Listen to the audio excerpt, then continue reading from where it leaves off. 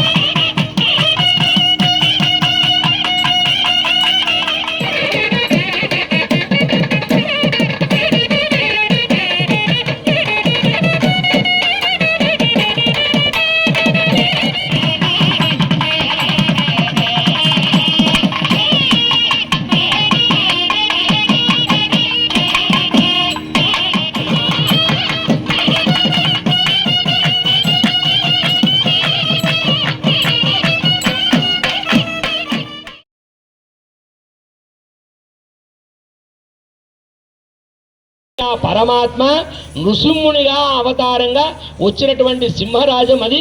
అలాంటి సింహరాజాన్ని మన వేదం స్మరిస్తూ ఉంటుంది. ఎలా అంటే మృగోన భీమ కుచరో గిరిష్టాహ. ఎట్లా అంటే కూర్చొని చూస్తుంటే ఆ కళ్ళలోంచి తేజస్సు ఉట్టి పడుతుందట. ఆ యొక్క కింద ఉన్నటువంటి సింహవదనం ధ్యాయేత్, ప్రసన్నవదనంగా ఉంటూ మనందరికి కూడా దర్శనమిస్తూ ఉంటుంది. మనం ఒక్కసారి ఆ నృసింహ నామస్మరణ చేస్తే చాలు ఆ సింహం తల వంచుతుంది, స్వామి తల ఎత్తి మనకి చూస్తూ ఉంటాడు. అలాంటి స్వరూపము ఈ నృసింహావతారి స్వరూపం. ఎలా అంటే తల్లి సింహం ఏం చేస్తుంది అంటే పిల్లలను తన నోటితో ఖర్చుకొని వెళుతుంది, వెళ్ళి ఒక రక్షణ చేస్తుంది. నోటితో తీసుకొని వెళుతున్నప్పుడు ఏ మాత్రం పండితో గాయం కాకుండా ఆ విధంగా పట్టుకొని వెళుతున్నటువంటిదే ఆ సింహం. కానీ ఒక లేడిని కానీ ఇతర జంతువుని వేటాడాలనుకున్నప్పుడు అదే నోటితోనే చీల్చి చెండాడి దాని రక్తం తాగుతుంది. ఆ స్వామి కూడా మనమందరం అతనికి పిల్లల్లాంటి వాళ్ళం. మనని ఎక్కడ రక్షించాలి, ఏ విధంగా తీసుకొని వెళ్ళాలి, ఏ విధంగా మనను కాపాడుకోవాలి, ఆ తల్లి సింహంలాగా మనందరినీ కూడా జాగ్రత్తగా చూస్తుంటాడు.